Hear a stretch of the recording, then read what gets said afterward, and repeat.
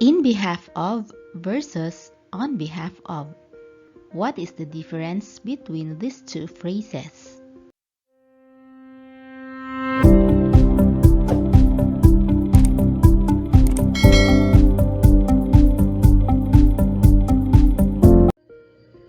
In behalf of means for the interest of or for the benefit of someone or something. In Filipino, para sa kapakinabangan ng isang tao o bagay. Another way to think of it is as helping someone or something. Example: we are raising money in behalf of the typhoon victims. Ibig sabihin, we are raising money para sa kapakinabangan ng mga typhoon victims na tinutulungan namin. Another example: Mrs. Thompson offers much in behalf of her students to help them receive scholarship. Ibig sabihin, Mrs. Thompson offers much para sa kapakinabangan ng kanyang mga estudyante o mag-aaral to receive scholarship. On behalf of means as the agent of or in place of someone or something. In Filipino, ang ibig sabihin nito ay sa ngalan ng. Another way to think of it is as representing someone or something.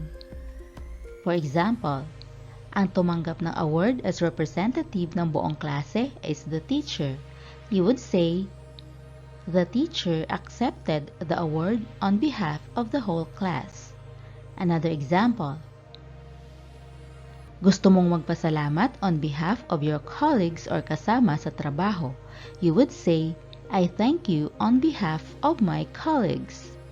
Ibig sabihin, ikaw ay nagpapasalamat as representative ng iyong mga kasamahan sa trabaho.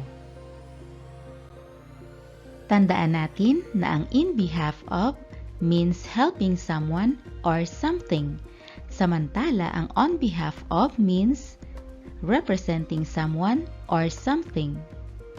Bibigyan ko kayo ng mga sentences na kailangang buuin ninyo using in behalf of or on behalf of.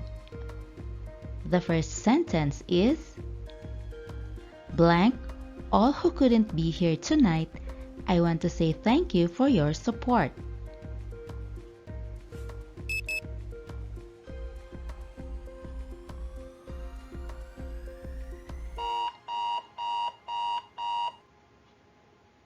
If your answer is on behalf of, then you are correct. Dahil you are the representative of all na hindi nakadalo sa gabing yon at gusto mong magpasalamat sa taong kausap mo sa suporta niya.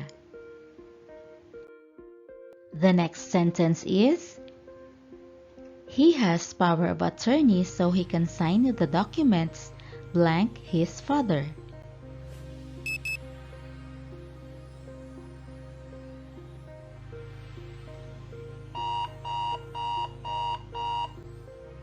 If your answer is on behalf of, you are correct.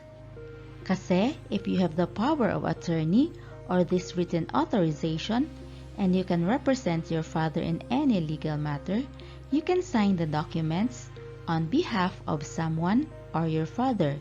You are the representative of your father. Next sentence is, our school has raised more than 100,000 pesos blank the flood victims.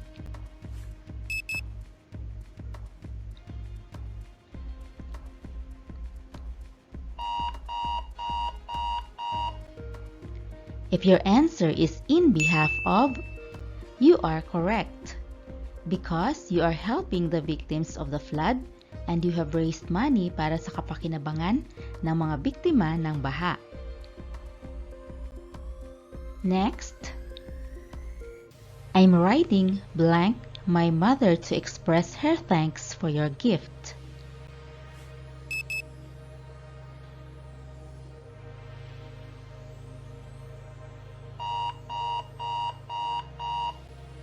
If your answer is on behalf of, that is correct. Kasi you are the representative of your mother na gustong magpasalamat sa taong nagbigay ng regalo and you are writing that person on behalf of your mother. Next sentence. The city council opened a new food pantry blank the city's residents.